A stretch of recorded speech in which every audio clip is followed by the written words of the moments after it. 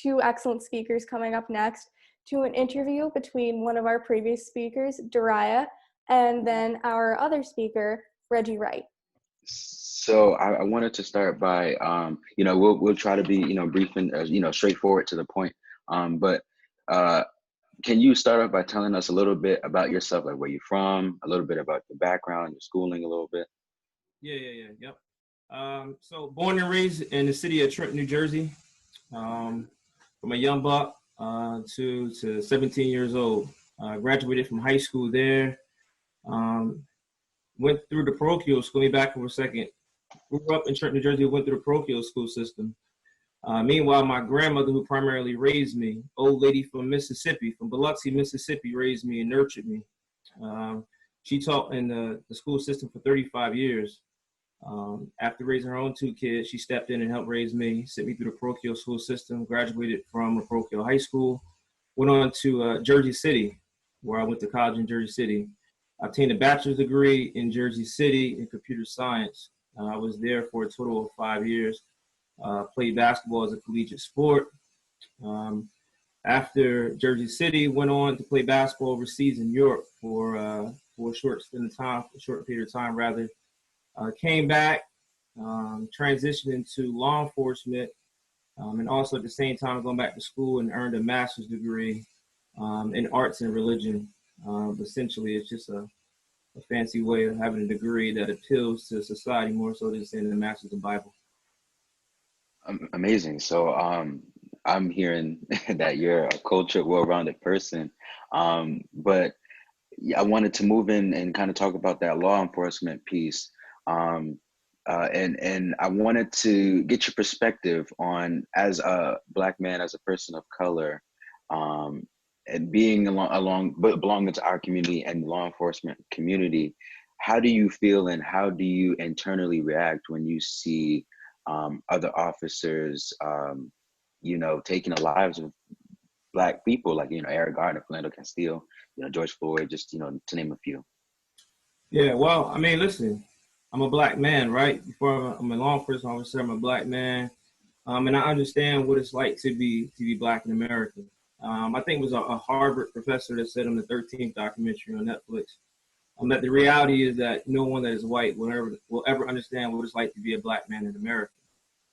So when I see anything happening to a Black man, I definitely understand what that may be like or what someone may have went through.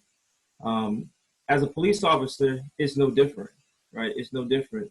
To me, humanity is humanity, right? We should care about people and treat them with dignity and respect, regardless of their race, creed, or color. Unfortunately, in our society, as we all know, the history has been explained for 2 hours now. There are some systemic problems that have occurred from the beginning of time.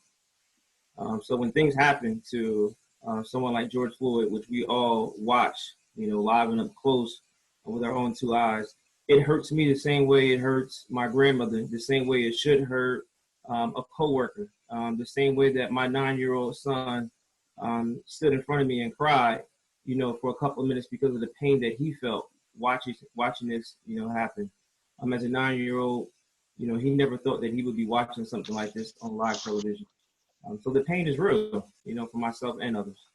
So I'm glad you were able to mention your son, because I remember growing up, I remember when Trayvon Martin was killed, and then my mom was like, yeah, you better not walk out this house with your hood on.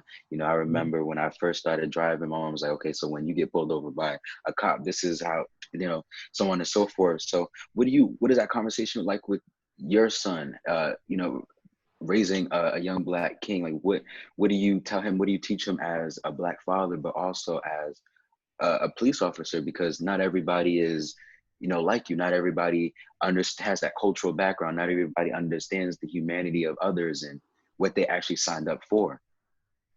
Yeah, that's a good question. Obviously, some of the nuances that have helped me, that have shaped and informed me throughout the city. I'm proud to be from the city. I'm proud how it raised me, the grind, the grit, the ability to persevere and have resilience has really helped shape me into the man that I am today.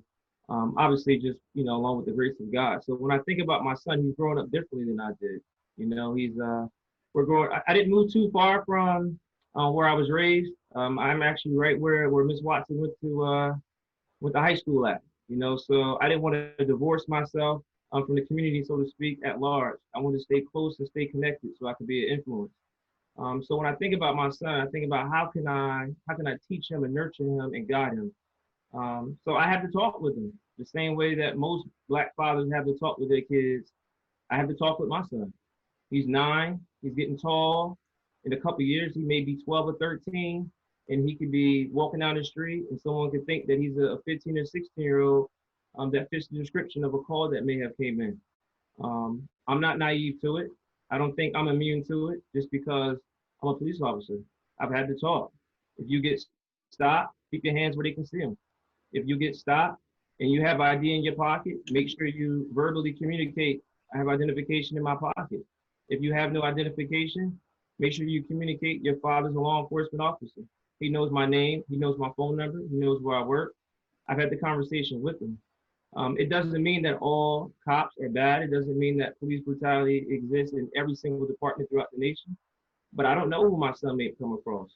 You know, I don't know who may stop him and who may pull him over. So I've had to talk. I mean, that's just real. I think it's just really interesting, and it ties into my next few points and questions. I think it's just really interesting that we even have to have, you know, conversations like that, and feeling like, you know, I walk out and it's like people they signed up to protect and to serve, and as a Black person or as a minority, sometimes I'm not always too trusting of that. So I think it's an interesting point. But a few things I kind of wanted to touch on. You mentioned 13th. I kind of want to talk a little bit about some structural things, right? So the 13th Amendment, if you're not familiar, to the viewers, you know, it states, in short, neither slavery or involuntary servitude except as a punishment for crime, wherefore the party shall have been duly convicted shall exist within. All right, so according to the NAACP, this is my source of reference. Some facts and figures they provide is Black and Latino males make up 30% of the U.S. population, but 56% of incarceration. The U.S. is 5% of the world population, past 20% of the world prisoners, and, you know, Black are incarcerated at 5 times, you know, the rate of whites. So I kind of want to talk about what structural changes do you feel are sustainable. If you can kind of mix in, you know, and kind of address the high school to prison pipeline we see in a lot of our young Black and Latino males, and some of the facts and figures I've provided. Yeah. So regards to like the structure, the policies, and procedures, I'm not really able to comment on that. I'm not in a position to really comment on it, just in light of the fact that I am obviously still working, even on behalf of police departments as I speak. I think some things need to happen, some changes need to occur. I think when you have systemic problems, you need systemic solutions, right? So obviously some changes need to occur. When I look at the school system and stuff like that, I think you mentioned the school system. When I look at the school system, I just think about, listen, we have disenfranchised communities, and we know there's a history behind it. We know that the country was built upon slavery, and we know within that, we know at a point in time throughout history, those slaves were free. Once they were free, they were left with no land, no money, no resources, right? So we had people that went back to sharecropping, doing the very thing they were doing before when they were enslaved. Now they're doing it as free, but still essentially working for a landowner. That landowner is supposed to be sharing the crops, right? That's why it's called sharecropping. But in essence, you have someone like my grandmother, who was down in Mississippi, who's working on the field with her brothers, and she's taking care of the field, but yet she's not getting a piece of the share, right? She's told that I'll give you and your brothers a place to live. So when you see our generations pass on from generation to generation, we're starting over, right? We don't have the inheritance, we don't have the legacy that others have. So when I think about education, I think about how can I be a trailblazer? So my main function in community policing right now is I teach a character development curriculum in the schools. And I feel like if I can do anything is get into the schools with these 610 students, whether they're Black, whether they're Latino, whether they're white, and just be a beacon of light. Let them see that an education is important. Let them see a Black man that has come from an inner city environment, that is well educated, that can articulate, conducts himself well, I'm imperfect. I will never be perfect, right? But someone that tries to do the right thing, and hopefully I can be a trailblazer for them so they understand the importance to get education. Because without education, obviously in our society, in our culture, the way the system is built, you're going to be left behind. And we can't necessarily depend on others to educate us or to inspire us to be educated. I feel like we need to inspire our own race of people to get an education. Yeah. Um, Powerful points you made, and I kind of wanted to have you speak to the point that some of us might feel, because you mentioned, not, all cops are bad cops. I mean, obviously that remains to be true, but I think there are some of us who have that internal conundrum when it comes to, realizing that although that might be the case, but you're still a representative of a fractured criminal justice system as a whole. And not only that, I've even heard arguments where people are saying, okay, I understand that, but as a officer, there are just some professions or some careers where you cannot afford, certain mistakes or certain lack of accountability or, so on and so forth. So I kind of wanted to have a conversation with you about that, or what would you say to someone who's kind of dealing with that personal infliction when it comes to officers? So deal with the affliction, the fact that I'm a black man who's a law enforcement officer, you mean? With the fact that there's a distrust? I think just in the whole argument in regards to, not all police officers are bad officers, but are still representatives, like physical representatives of a fractured criminal justice system that, like we see in the 13th Amendment, was still built to oppress Black people and slaves, and then we see the residual effects of that in 2020. Right. So I think if you look at every career profession, I mean, I'm not sure, I'm not an expert in every career profession, but I would assume Ms. Coleman knows the history behind what she's doing, and I'm sure she's been a trailblazer for many African-American women that aspire to do the same thing, and so forth and so on, whether it's a doctor, an engineer, a teacher, an administrator in whatever business career profession. Like, when you look throughout history, there has been oppression, right? There's been oppression. How have we made those changes over the course of the years? You and I talked offline a couple of days ago. I use athletics. Obviously, I play basketball, so a lot of times I refer to that as an analogy. But when you look at the NBA, you look at baseball, you had the Negro League and you had the Major League. You look at somebody like Jackie Robinson, who I'm sure there was other Negro League players that were just as good as Jackie Robinson.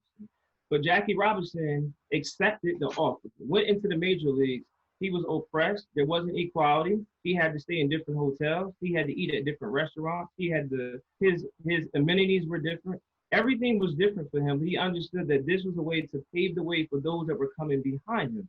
So the system that was in place in the Major Leagues, the system that was in place in the National Basketball Association, the system that was in system to some degree that still is in place in, let's say, the National Football League, is still a system that's not in place for us to necessarily excel.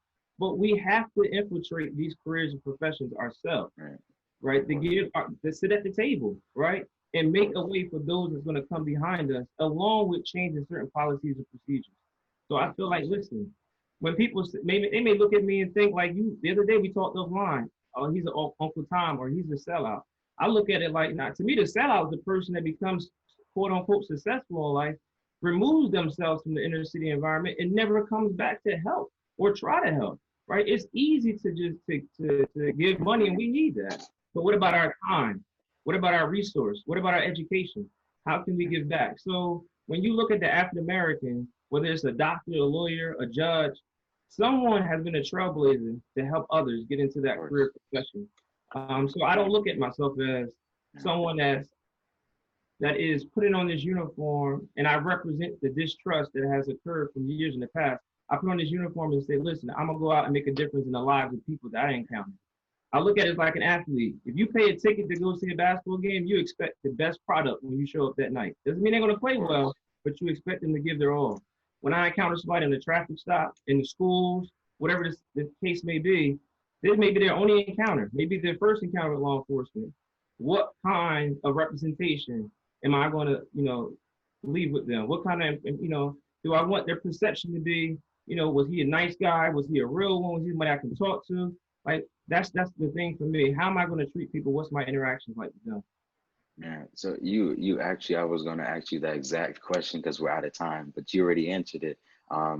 kind of taking that humanitarian approach to, you know, when you have those interactions. I mean, yeah, it was Reverend Karen that mentioned earlier that, you know, police officers don't necessarily want to be, you know, social workers with the gun, but there is a certain approach that I'm glad to see that you're acknowledging that's important to take. So if you have any last things you want to say, I mean, that's it for my questioning, and then after that, I'll just turn it over to Jordan. But Yeah, I'll just comment on what you just said real briefly, and we can open up with questions. If there are any questions. When you come from where I come from, you know, the old saying, when you have humble beginnings, when you remember the struggle was real. When I think about what my grandmother went through and how she worked as a teacher assistant, and then at night she went and cleaned homes in Princeton University, in Princeton, the township of Princeton. When I think about different struggles, I think about how people have paved the way for me to be in this situation that I am today. You have no choice but just to care about people. You have no choice because you understand that the things that have been granted to you, the place that you're in right now, is because of the struggle that someone else has went through, you know, so that you can be in the spot that you're in. So to me, whether someone's black or white, Latino, Asian, it doesn't make a difference. Like, to me, people are people. Democrat, Republican, like, at the end of the day, these are people. And we need to treat people as such, whether you're a police officer or any other career profession. Thank you. I'm glad that you were able to speak candidly. A lot of times we see people in the position of power like yourself, you know, they aren't allowed to speak as candidly as you have been for whatever reason. So I'm grateful for you. Thank you. Appreciate it, man. Yep. Thank you.